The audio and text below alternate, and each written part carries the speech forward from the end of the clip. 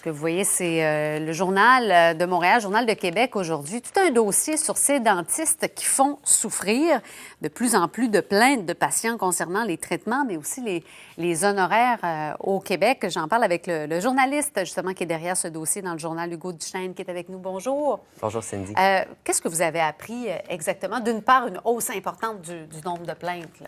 Oui, vraiment un nombre record de plaintes. C'est ça l'a doublé en 5 ans, en fait. Il y a 2 raisons, selon l'Ordre, qui expliquent pourquoi les plaintes augmentent autant.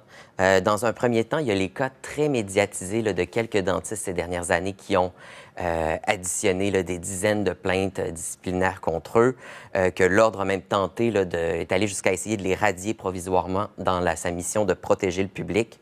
Donc, c'est des cas qui ont fait couler beaucoup d'encre, qui ont allumé, si on veut, des lumières dans les yeux de plusieurs patients pour essayer de vérifier si eux aussi, ils étaient entre les mains d'un bon dentiste ou non. Ouais. Sinon, il y a aussi le cas de... j'ai un blanc. Ah, Désolée. Mais, en fait, les honoraires? Oui, c'est ça. Il y a plusieurs aspects, là, mais notamment aussi qu'il y a beaucoup de dentistes, par exemple, ils sont très limités sur la publicité qu'ils peuvent faire, les dentistes.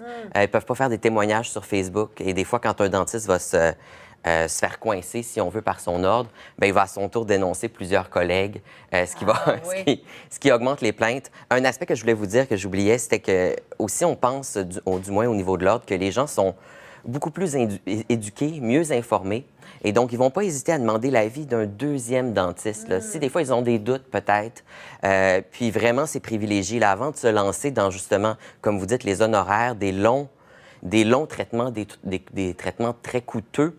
Bien, pas hésiter à demander un deuxième avis, d'aller voir peut-être un autre professionnel.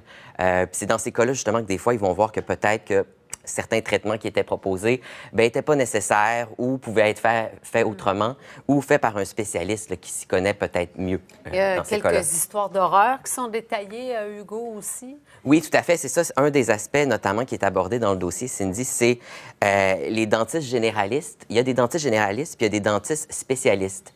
Par exemple, là, la pose de broche, les traitements de canal, les implants, c'est diverses spécialités. Il y a des dentistes généralistes qui ont des formations et qui ont le droit de le faire, ils peuvent le faire, ils le font bien, mais il y a certains qui vont peut-être des fois au-delà de leurs compétences. Et c'est à ce moment-là qu'on voit des histoires d'horreur, des histoires qui donnent un peu froid dans le dos, malheureusement, pour ces patients-là.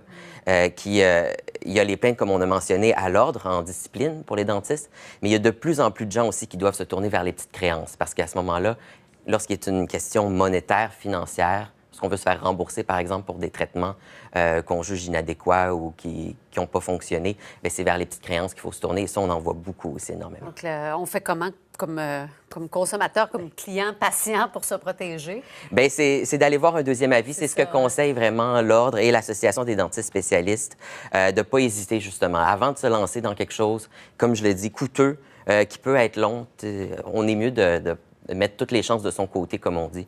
Pas hésiter à aller voir un deuxième dentiste, aller chercher un deuxième avis, puis prendre le temps d'y réfléchir pour justement éviter ces erreurs-là, malheureusement. Les conséquences. Bien, j'invite les gens à aller jeter un œil à ce dossier-là, bien documenté. Merci beaucoup, Hugo. Merci à vous. Bonne journée.